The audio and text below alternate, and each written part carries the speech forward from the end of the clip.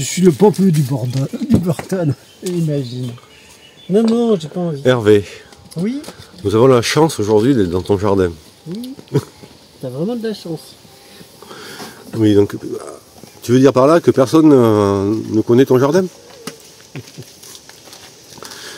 Nous avons une double chance, c'est que nous avons Bruno, alias Vital Bonsaï. Bruno, tiens, une plante. Ah, merci.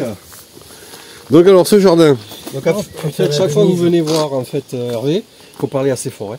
Chaque fois que vous venez voir Hervé, en fait, dans son jardin, il vous donne une plante. Voilà, donc voilà pour vous inciter à venir. Oui.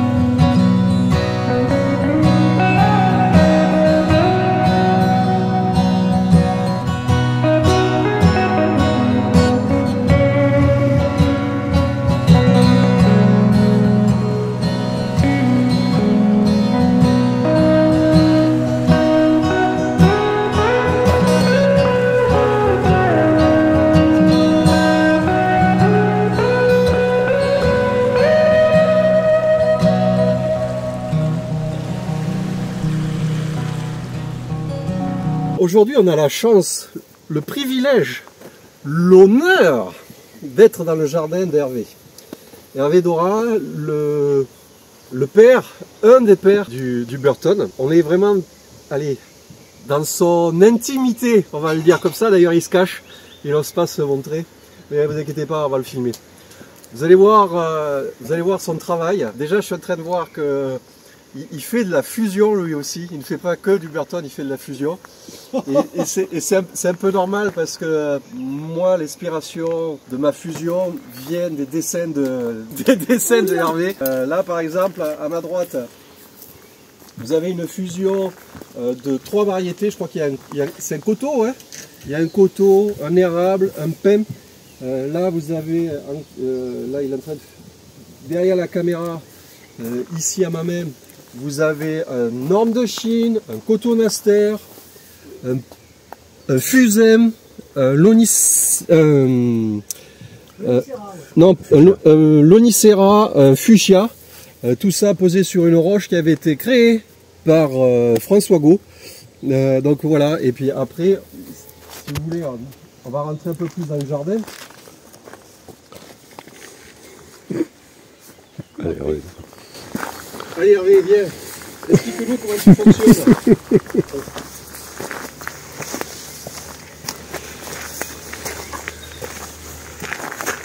Hervé est connu. Oui, Bruno. Hervé est connu pour un de ses arbres, qui est un érable. C'est quoi la variété déjà? Matsumorai. Matsumorai. Tu as beaucoup d'érables. Allez, j'en prends un. Explique-moi, si moi je veux arriver à un truc comme ça, t'es parti de quoi déjà? D'une bouture, ouais. Juste un jeune plant. Et après tu ligatures, tu fais des charries, tu cherches des mouvements, et puis après, une fois que c'est posé, tu fais une forme, on va dire globale, tu trouves une esthétique, et après tu poses des mondes par-dessus, et ils se densifient. Alors c'est quoi des mondes? Ça veut dire que tu mets une esthétique avec des arbres dans l'arbre et un autre arbre, en fait tu fais des individus sur le global. Donc voilà un exemple. Alors ça, tu l'as fait avec un érable? Oui. On peut le faire avec quoi d'autre? Avec à peu près tout. Ça dépend des variétés en fait. Et c'est quoi ton critère? Ton critère de sélection? Moi, le seul critère que j'ai, c'est les plantes qui réagissent en fait à mes travaux. Et tout dépend de ton jardin. Là, le pommier moi, pousse très bien chez moi, donc je fais du pommier. Ça, il vient de chez toi. Oui, je me souviens. Oui. C'est un arbre où j'étais parti d'une base. Si vous voyez, on voit là, attends, je coupe les rejets. On voit une base, on va dire, style Moyogi. Oui, un Moyogi qui a été bougé. Qui a été bougé et qui est parti sur... Après, c'est pas vraiment un Burton celui-là, c'est un peu entre les deux. C'est un mix. Donc là, pour l'instant, je le laisse prendre. Il n'a pas dépassé vraiment le travail. Donc c'est une base de travail, en fait, ça. Ok.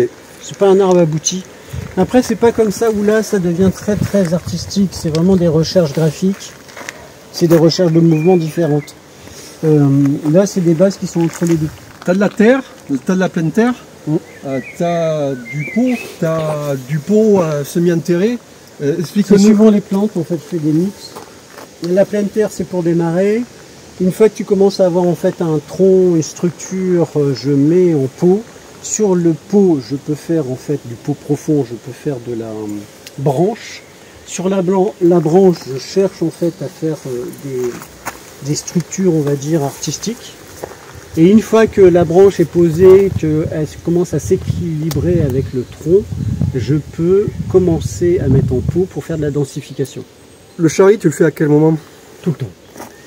Dès la pleine terre? Oui, dès la pleine terre. C'est vraiment quelque chose qui amène, en fait, si tu veux, des accidents graphiques. Et c'est ça qui fait évoluer le projet. Comme j'ai pas d'idée dès le début, c'est le fait de commencer à attaquer que le caractère de l'arbre apparaît. Et quelquefois, j'ai une vision par rapport à ça. Donc en fait, c'est l'arbre, c'est la réaction de l'arbre qui fait que tu te dis, ça je garde, ça je modifie encore ou Oui, c'est ça. En fait, je pars pas avec une idée préconçue ni un code. Je fais du bonsaï, ça veut dire que j'interviens sur l'arbre, je fais en fait des mouvements et c'est lui, avec sa réaction, qui permet de définir un style. Oui, tu fais pas... Je lui définis pas un style dès le début. Comme tu dessines très bien, tu fais pas un dessin, tu t'es dit, non, je fais exactement le dessin. Oui, je fais l'inverse en fait. Je me bloque tu pas fais avec un dessin. Ouais. D'accord. Le dessin c'est après, et encore, c'est vraiment quand je veux pousser de l'imaginaire. On va descendre, il y a des arbres qui veulent qu'on montre pas, il y a des arbres qu'on vous gardera la surprise. On va vous montrer, cet arbre, tu l'as déjà montré en photo, c'est un tanuki. Oui, c'est un tanuki. Alors, rappelle-nous ce que c'est un tanuki. C'est en fait un plan greffé sur un arbre mort.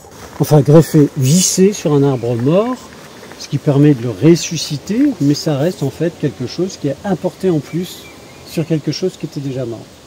Donc c'est ça un tanuki, c'est en fait un leurre de vivant. Et donc là c'est un très très vieux tanuki, enfin c'est quelque chose que j'ai fait il y a 20 ans. Alors c'est une technique que les Japonais utilisent énormément.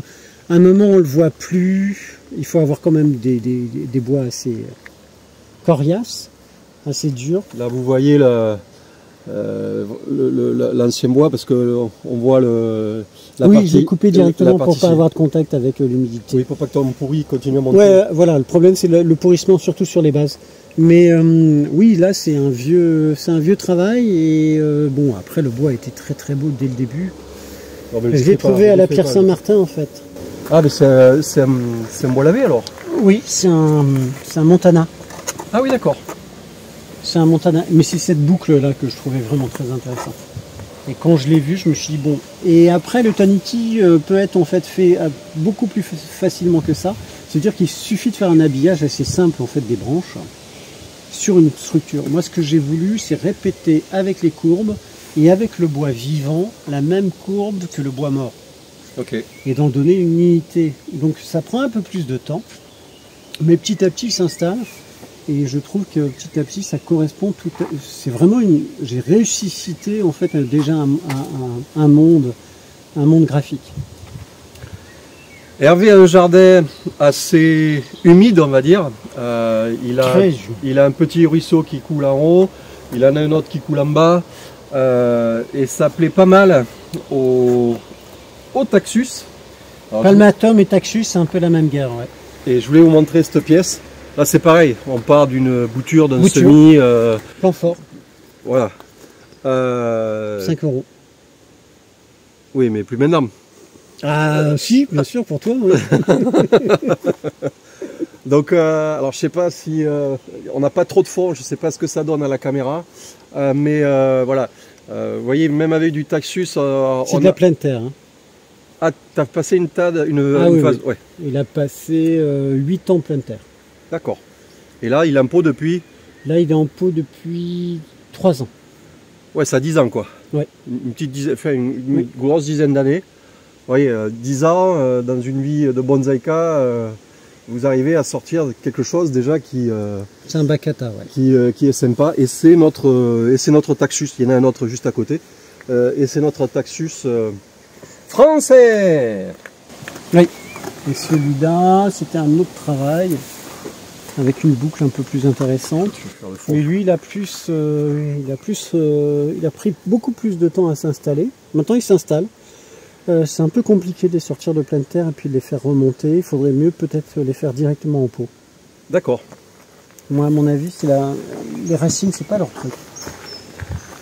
Et t'as celui-là aussi qui est assez intéressant. Hervé greffe.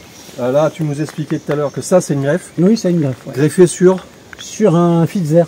Celui-là était horrible en feuillage. C'est-à-dire très long, qui tombait. Oui, il était tombé glauca. Ah oui, d'accord. Et donc là, c'est un Yamadori de rond-point. Et là, j'ai tout greffé. Mais c'est pas l'Itoy, ça, c'est le Sergentis. Oui, c'est le Sergentis, ouais. Et vous voyez la densification que peut avoir ce junip aussi. Et vous voyez, à partir d'un tronc, on va dire, intéressant, l'intérêt de la greffe, c'est que après, tu poses le feuillage à peu près où tu veux. Puis tu montes en qualité, parce que franchement, bon, celui-là, bon, il est très très très beau, mais le feuillage va toujours lui desservir sur les rapports esthétiques que tu veux monter. Là, je peux vraiment faire des paliers, je peux vraiment faire des nombres, je peux vraiment faire des structures. Cela, c'est trop mou. Oui, il a tendance à... toutes les structures que tu mets dedans, en fait, deviennent floues. Alors que là, d'un seul coup, ça met complètement en valeur en fait les structures que tu fais, les angles. Tu peux vraiment tirer des volumes, et là, tu rentres vraiment dans ce qu'on va appeler du bonsaï. Ça veut dire une sculpture vivante. Là, tu arrives à faire des paliers. Et ce que je faisais remarquer, c'est quand vous avez réussi la greffe, le greffon a beaucoup plus de force que le feuillage originel, et ce qui vous permet d'aller des fois plus vite que de s'obstiner des fois à regarder le feuillage originel. Et ça fait monter les veines 2 fois plus vite. Ah oui. Ça fait monter les systèmes de cicatrisation. De recouvrement. Ah ouais, de recouvrement vraiment fortement. Alors je sais pas la caméra ce qu'elle va dire, on peut plonger là. Donc là il y a une partie, on va dire c'est l'intermédiaire, c'est-à-dire c'est la phase après la pleine terre, tu mets en pot. Oui, en pot. Et c'est là où tu finis de poser on va dire tes structures. C'est là où je commence à travailler les branches. Là tu es sur le début de la ramification. Je cherche pas à faire une ramification, c'est qu'en fait j'ai un tronc, et là je commence à penser que je vais en faire un arbre, et je commence à choisir, est-ce qu'il est compacté, est-ce que je fais des littératies, est-ce que je vais chercher plusieurs mondes, est-ce que je le mets sur une roche. Ok, allez, on va s'avancer.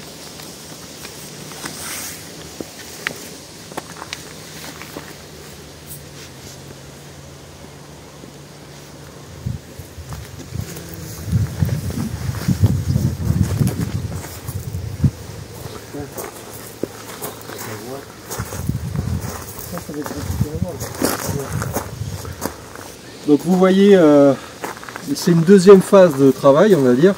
Alors on voit mieux sur celui-là, allez, on va dire, parce qu'on voit plus la structure. C'est des bases de série, c'est une série littérative. Donc on voit qu'il a...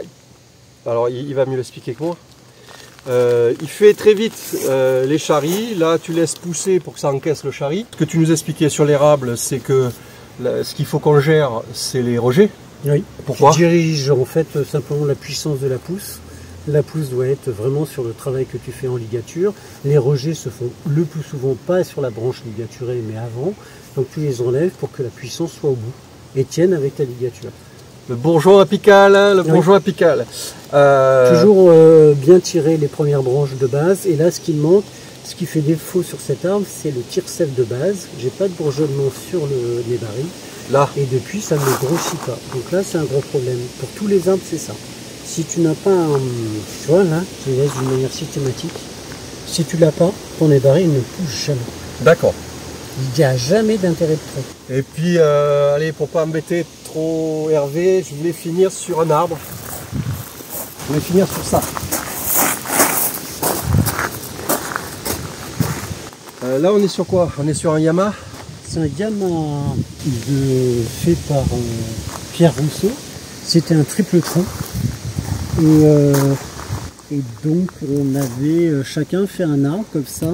Et bon, il y a longtemps qu'on l'avait fait, donc avec du pliage, La première face était là. Sa face était là, ce côté-là, ici. Et donc assez intéressant en pliage et autres. Et puis il a commencé à prendre un peu trop de volume. Les mouvements se sont trop refermés, donc j'étais obligé de réouvrir tout. Donc réouvrir, c'est changer l'angle, déchirer cette partie-là. Là. Ouais, montrer ça là. Et là, je l'ai déchiré. Et tout a été fait, hein. Tout ça c'est fait en scarif et tout ça. Ça j'ai déchiré avec une barre et après j'ai réouvert en fait complètement l'angle pour qu'on voit un peu plus le travail et puis les ouvertures. Son pot je l'aime bien mais il manque de caractère donc il va sûrement changer de pot et puis surtout son angle n'est pas encore assez fort. Alors bon c'est un arbre qui est en devenir quoi vraiment. Et après il va falloir que je taille dedans pour refaire des espaces vides. Je recrée un monde sauvage dedans. Alors l'originalité, moi, que je trouve dans cet arbre, parce qu'on pourrait se dire c'est un littératie parmi les autres, hein, hormis le travail de pliage qu'il a fait, etc., c'est la mise en valeur de cet arbre-là. Parce que si vous regardez bien, finalement, on a une sorte de V qui s'est créé là, presque un double tronc, mais très haut finalement. Et ça, dans les codes, on va dire, c'est pas super d'avoir un deuxième tronc qui est si haut. Et là, c'est la mise en valeur que Hervé a fait sur ce petit littératie qui, pour moi, donne tout le caractère de cet arbre. Il a fait une espèce de charrie qui tourne autour. Alors, je sais pas si c'est toi qui l'as fait ou si oui, je l'ai fait. C'est toi qui l'as fait. Il vrille. Et qui vrille avec ben voilà, le plateau et la tête de l'arbre. Tout le caractère de cet arbre, pour moi, hein, vient de ça. Si on le coupe, si je le cache avec ma veste, aussitôt on retombe sur un arbre, on va dire, oui, très classique, même si le travail qu'il a fait là est super. Mais là, cette mise en valeur de ça, là, je trouve ça très original. Oui, puis c'est une autre manière de travailler le sylvestre. Les sylvestres sont des arbres qui sont quand même, on va dire, légers, mais qui créent énormément de petits mondes, et pas des plateaux. Ils créent des petits arbres avec d'autres petits arbres. Répète ce que tu as dit là. Ça ne crée des petits mondes, pas des plateaux. Pour finir, moi regarde la vidéo, je veux faire un atelier avec Hervé, comment on fait? Il faut me contacter, je fais des ateliers assez souvent dans des clubs, donc c'est tout à fait possible de faire des ateliers auprès de moi. Il suffit de contacter soit toi pour un stage. T'en fais sur Bordeaux? J'en fais sur Bordeaux, certains clubs peuvent aussi bien sûr me demander. Et puis j'anime en fait des masterclass, des classes, une quinzaine d'élèves maximum à chaque fois parce que c'est quand même très compliqué, il faut beaucoup ligaturer, il faut comprendre la démarche, ça prend beaucoup de temps. Je fais pas non plus que du Burton, je peux faire aussi du classique. Ça c'est bien de le préciser. Dans l'esthétique. Donc oui, c'est tout à fait possible, il suffit de m'appeler puis on va voir suivant les dates. Hein. Merci Hervé de nous avoir accueillis dans d'intimité, on va le dire comme oui, ça. dans mon jardin secret. Ouais, voilà. Écoutez, n'hésitez pas à contacter Hervé pour faire un atelier et puis pour voir un autre style que c'est pour l'instant, je vois surtout les Français porter ce style-là au niveau de l'Europe. Donc n'hésitez pas au moins à découvrir ce style si c'est pas fait pour au moins avoir un arbre comme ça dans votre collection. Merci, ciao ciao. Ciao.